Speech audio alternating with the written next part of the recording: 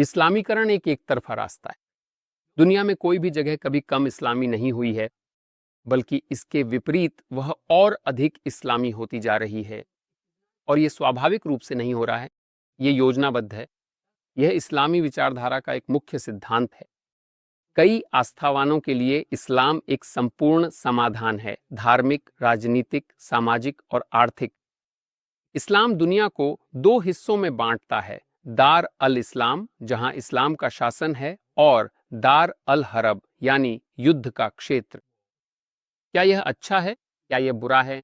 मैं आपको कुछ आंकड़े देता हूं और आप खुद फैसला करें।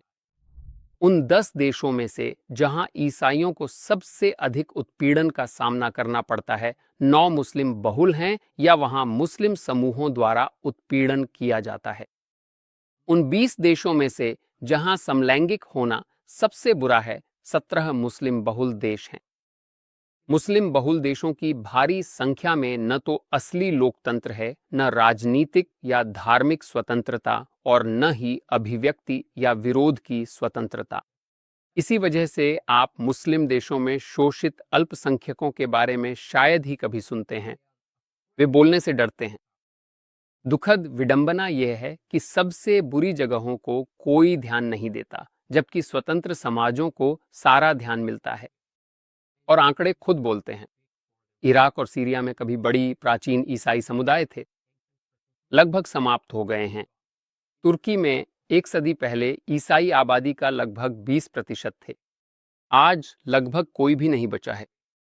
पाकिस्तान और अफगानिस्तान में कभी बड़े हिंदू समुदाय हुआ करते थे, इनमें से कई पूरी तरह से समाप्त कर दिए गए हैं। और मैंने तो यहूदियों का जिक्र भी नहीं किया है। सैकड़ों हजारों यहूदी अरब देशों में रहते थे, जब तक कि यहूदी नकबा नहीं हुआ। एक बार जब कोई क्षेत्र मुस्लिम बहुल हो जाता है, तो वहां कोई भी अल्पसंख्यक वास्तव में फल फूल नहीं सकता। ऐसे मुस्लिम बहुल देश हैं जहां नया नियम, न्यू टेस्टामेंट, लाना अवैध है। और अगर कोई मुस्लिम देश में किसी मुस्लिम से किसी अन्य धर्म के बारे में बात करने की कोशिश करता है, तो उसकी जान को खतरा हो सकता है। अब आइए पश्चिमी यूरोप की ओर देखें, जहां मुस्लिम समुदाय बढ़ रहे हैं। राजनीतिक शुद्धता को एक तरफ रखते हुए आइए तथ्यों की बात करें। क्या हिंसा बढ़ी है या घटी है? क्या यूरोपीय महिलाएं पहले से ज्यादा सुरक्षित हैं या कम सुरक्षित? आंकड़े बिल्कुल स्पष्ट हैं।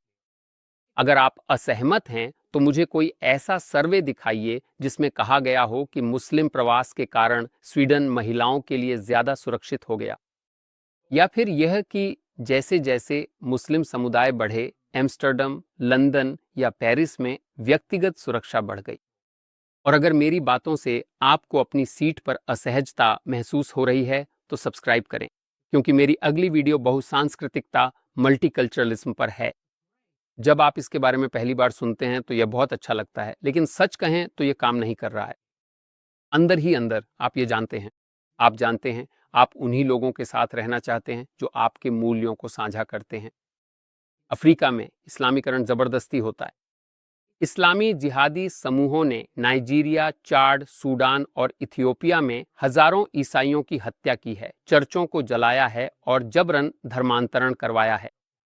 आप शायद ही कभी इसके बारे में मीडिया में सुनते हैं, और अमेरिकी छात्र इसका विरोध नहीं करते, क्योंकि यह वामपंथ की विकृत नस्लवादी सोच में फिट नहीं बैठता। मुझे लगता है कि जब भूरे लोग काले लोगों को मारते हैं, तो यह उनके श्वेत विशेषाधिकार प्राप्त दोस्तों के लिए समझना बहुत मुश्किल हो जाता है, इसलिए इसे नजरअंदाज कर दिया जाता है। और अफ्रीका में ईसाई इसकी कीमत चुकाते हैं। और एक और तरह का जिहाद भी है, सॉफ्ट जिहाद।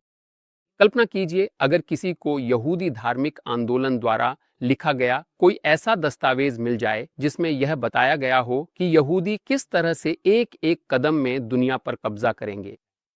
यह खबर हर जगह फैल जाएगी। लेकिन जब एक दस्तावेज सामने आता है जिसमें दिखाया गया है कि मुस्लिम ब्रदरहुड ने पश्चिम को इस्लामी बनाने की योजना कैसे बनाई, तो सब चुप रहते हैं। यहां तक कि जब उनकी रणनीति सामने आ रही है। 2004 में वर्जीनिया में एक अप्रत्याशित गिरफ्तारी ने उन सबसे खुलासापूर्ण दस्तावेजों में से एक को उजागर किया, जिसके बारे में शायद आपने कभी नहीं सुना होगा। इस्माइल ओलबरा से, जो अमेरिका में एक फंडरेजर थे, हमास के लिए को रोक लिया गया था। जांचकर्ताओं को मुस्लिम ब्रदरहुड के उत्तरी अमेरिका संचालन से जुड़े दस्तावेज मिले। एक झापन सबसे अलग था। इसमें पश्चिमी सभ्यता को भीतर से नष्ट करने की एक डरावनी रणनीति का वर्णन था, बमों से नहीं बल्कि संस्कृति के माध्यम से। मुझे पता है कि यह थोड़ा साजिश जैसा लगता है, इसलिए मैं नीचे दस्तावेज और जब्त किए गए अन्य कागजात के लिंक दूंगा। जो बात चौंकाने वाली है वह यह है कि मुस्लिम ब्रदरहुड अमेरिका और पश्चिम के काम करने के तरीके को कितनी गहराई से समझता है। ये दस्तावेज से है। बसने की प्रक्रिया एक सभ्यतागत जिहादी प्रक्रिया है हर मायने में। मुस्लिम भाइयों को समझना चाहिए कि अमेरिका में उनका काम एक तरह का महान जिहाद है जो पश्चिमी सभ्यता को भीतर से समाप्त और नष्ट करने के लिए है, और उनके और आस्थावानों के हाथों से उसके दुखी घर को नष्ट करना ताकि वह समाप्त हो जाए और ईश्वर का धर्म सभी अन्य धर्मों पर विजयी हो जाए। इस स्तर की समझ के बिना हम इस चुनौती के योग्य नहीं हैं और अभी तक जिहाद के लिए खुद को तैयार नहीं किया है। मुसलमानों की तकदीर है कि वे जिहाद करें और जहां भी हों जहां भी जाएं चलते रहें जब तक कि अंतिम घड़ी न आ जाए, और इस तकदीर से कोई बच नहीं सकता सिवाय उनके जिन्होंने सुस्ती को चुना। वे जानते हैं कि वे बाहर से जीत नहीं सकते। अगर वे युद्ध की घोषणा करें और कहें कि हम आप पर इस्लाम थोप रहे हैं तो यह काम नहीं करेगा। जो अफ्रीका में काम करता है वह अमेरिका में काम नहीं करेगा। अमेरिका सैन्य रूप से मजबूत है, लेकिन पश्चिमी लोकतंत्रों को भीतर से कमजोर किया जा सकता है। और मुस्लिम ब्रदरहुड द्वारा बोए गए बीज अब फल देने लगे हैं।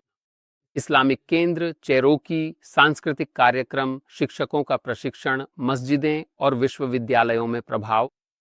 ये कोई संयोग नहीं है कि एंटी इजराइल प्रदर्शन कैंपसों में शुरू हुए। युवा अमेरिकी सोचते हैं कि वे किसी मुक्ति आंदोलन का हिस्सा हैं। वे यह नहीं देख पाते कि उनका इस्तेमाल किया जा रहा है। एक पल के लिए सोचिए, कतर ने अमेरिका में $5 अरब क्यों लगाए? विश्वविद्यालयों में? क्या कतर वाकई अमेरिकी छात्रों की मदद करना चाहता है? क्योंकि पश्चिमी देश अन्य संस्कृतियों के लिए खुले हैं, इसलिए मुस्लिम ब्रदरहुड और अन्य जिहादी समूहों ने इसे एक आरामदायक केंद्र के रूप में निशाना बनाया है। सिर्फ सुनिए कि यूएई के विदेश मंत्री ने क्या कहा था।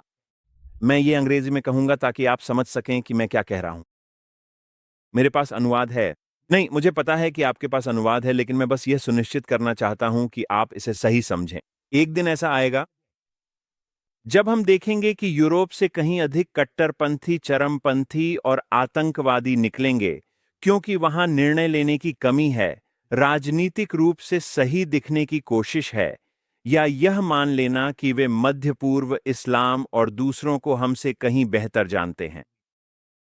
मुझे खेद है, लेकिन यह पूरी तरह से अज्ञानता है। उन्होंने अंग्रेजी में बोला ताकि पश्चिमी देश के लोग उन्हें समझ सकें। लेकिन समस्या भाषा नहीं है, बल्कि पश्चिम में प्रचलित भोली भाली सोच है। सॉफ्ट जिहाद का अंतिम लक्ष्य उस जिहाद से अलग नहीं है जिसे हम पहले से जानते हैं। अगर पश्चिम ने अपना दृष्टिकोण नहीं बदला तो पश्चिमी देश जल्द ही सीरिया, यमन और अफगानिस्तान जैसे दिख सकते हैं। पहले से ही पश्चिमी यूरोप के कुछ शहरों के हिस्से दमिश्क या काबुल की तरह अधिक दिखते हैं, बजाय इसके कि वे यूरोपीय शहरों जैसे दिखें। क्या यह बुरा है? अगर आप पश्चिमी मूल्यों, लोकतंत्र, अभिव्यक्ति की स्वतंत्रता की परवाह करते हैं तो हाँ, यह बहुत बुरी खबर है। पहला कदम है इसे उजागर करें, इसके बारे में बात करें और कार्रवाई की मांग करें। और एक चीज जो आप कर सकते हैं वह है इजराइल का समर्थन करें। जैसा कि आपने पिछले 2 वर्षों में देखा है, इजराइल जिहादियों के खिलाफ संघर्ष की सबसे आगे की पंक्ति में खड़ा है। मैं कहना भूल गया, हमास मुस्लिम ब्रदरहुड का हिस्सा है और इजराइल मध्य पूर्व में एकमात्र ऐसा स्थान है जहां अल्पसंख्यक यहूदी और ईसाई न केवल जीवित हैं बल्कि फलते फूलते हैं, और इससे जिहादी पागल हो जाते हैं। यदि आपके पास दान देने और समर्थन करने का साधन है तो कृपया करें। हमेशा की तरह मैं नीचे मीर पनेम नामक संगठन का लिंक छोड़ रहा हूं जो इजरायली सैनिकों और सबसे महत्वपूर्ण बात उनके परिवारों की मदद करता है। अगले वीडियो में मिलते हैं। याल्ला बाय।